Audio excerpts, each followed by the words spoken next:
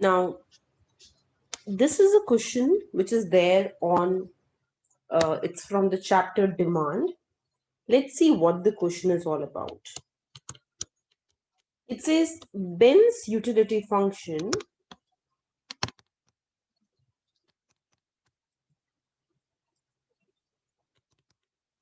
is u of x1, x2 is equal to x1 plus ln x2. This is the utility function that is given to you. It says x1 is the number of stamps and x2 is beer. Ben's budget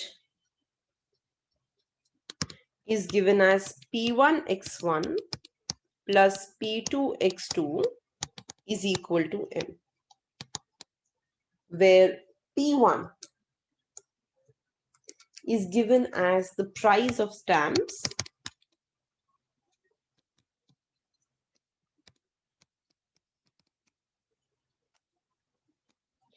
P2 is given as the price of beer. M is Ben's income.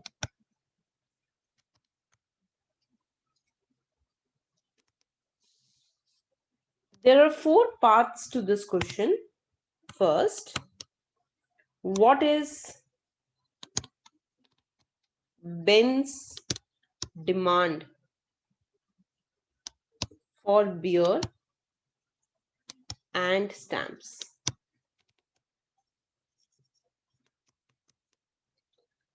Second question, is it true that Ben would spend every rupee in additional income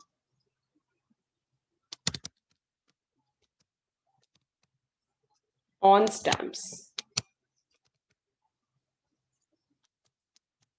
Third,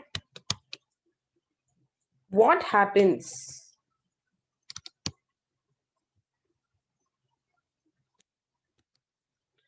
to demand when Ben's income changes? So ideally, this question is about income elasticity. Last, what happens to demand when P1 and P2 increases? So ideally, this is asking you about own price elasticity and cross price elasticity. All right, let's start solving the question. So the first part asks us to find the demand for beer and stamps. My utility function that is given to me is x1 plus ln x2. To solve this utility function, I'll form a Lagrange, and this would be maximize utility subject to budget constraint. My budget constraint is already known to me, so I'm going to write x1 plus ln x2 plus lambda, which is nothing but the Lagrangian multiplier. And then I would be writing m minus P1 x1 minus P2 x2. To solve this, I'm going to differentiate this function with respect to x1 because I want to find out what is the maximum x1 that I can consume. So if I differentiate this function with respect to x1, I will get 1 plus, x2 is a constant whenever you differentiate it with respect to x1. So this is held as constant, income is held at constant, prices are held constant.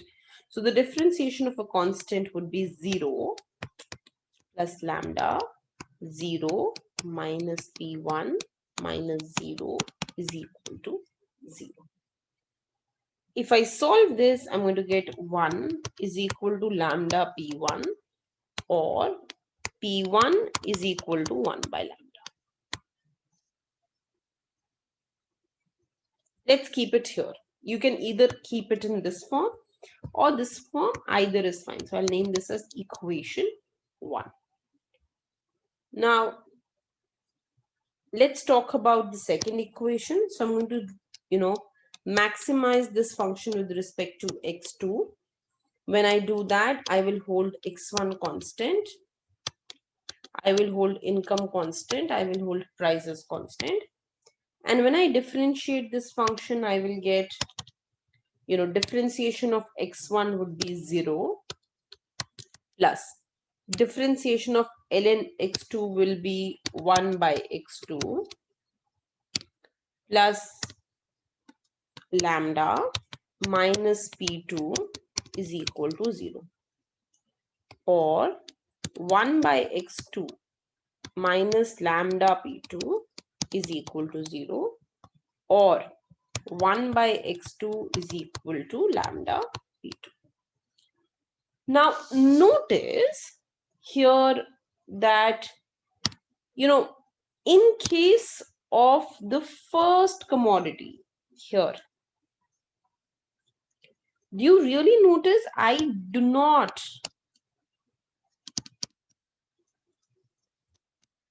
have x1 available? I don't have x1 as part of the equation. Because I don't have x1 as part of the equation, this indirectly also implies that x1 is not a function of price at its equilibria.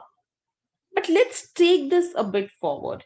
So, my equation 1 says 1 is equal to lambda p1, and equation 2 says 1 by x2 is equal to lambda p2. I'm going to name this as equation 2.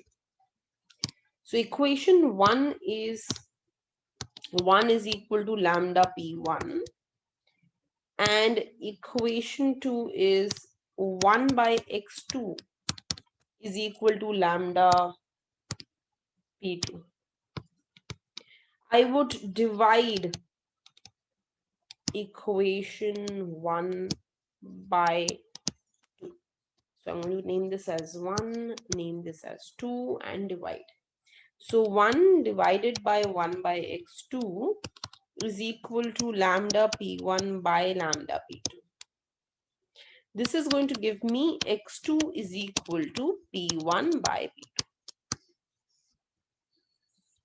So x2 here, now this is important, here in this final equation that I've got, the value of x2 that I've got, it's a function of p1 and p2, but it is not a function of income whatsoever. This implies that even when your income increases or your income decreases or your income changes, doubles, triples, halves, keeps the same, whatever happens to income, x2 consumption is unaffected. Because in the final equilibrium, x2 is just impacted by the price of the two goods. Now what I will do is I will go back to my Lagrange and I will differentiate it with respect to the third function, which was with respect to the third parameter, which is this lambda. So when I differentiate it, I will get nothing but the budget equation. So m minus p1 x1 minus p2 x2 is equal to 0. Or from here I'll get m is equal to p1 x1 plus p2 x2. Now what you have to do from here is substitute. So I know instead of x2 I can write p1 by p2. So from here, what I'll do is I'll say x2 is equal to p1 by p2.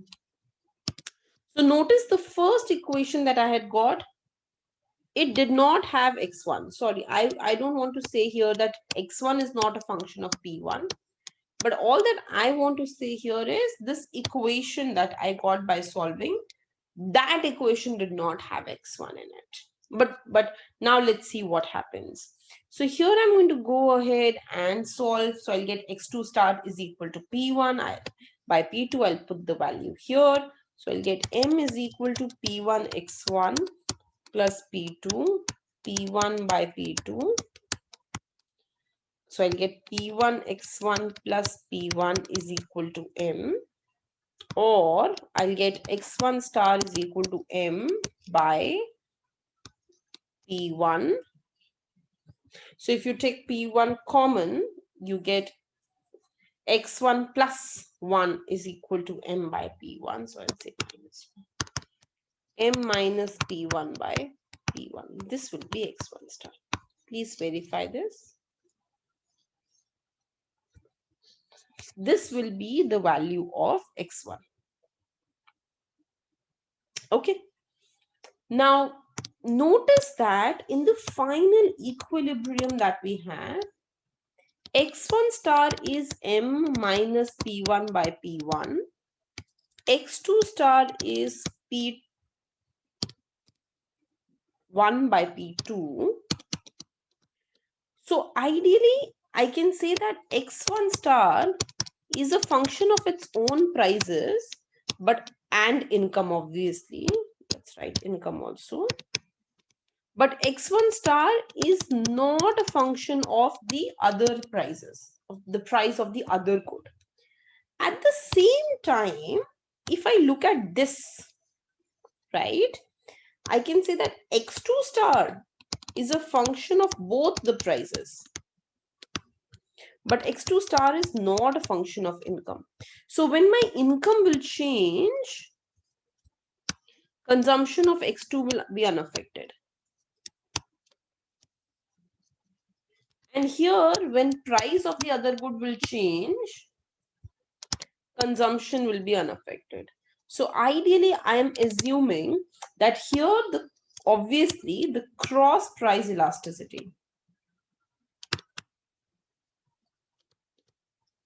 will be 0. And here, obviously, the income elasticity will be 0. But we will show this. Don't worry. We'll do that. Okay, so that is it for this video.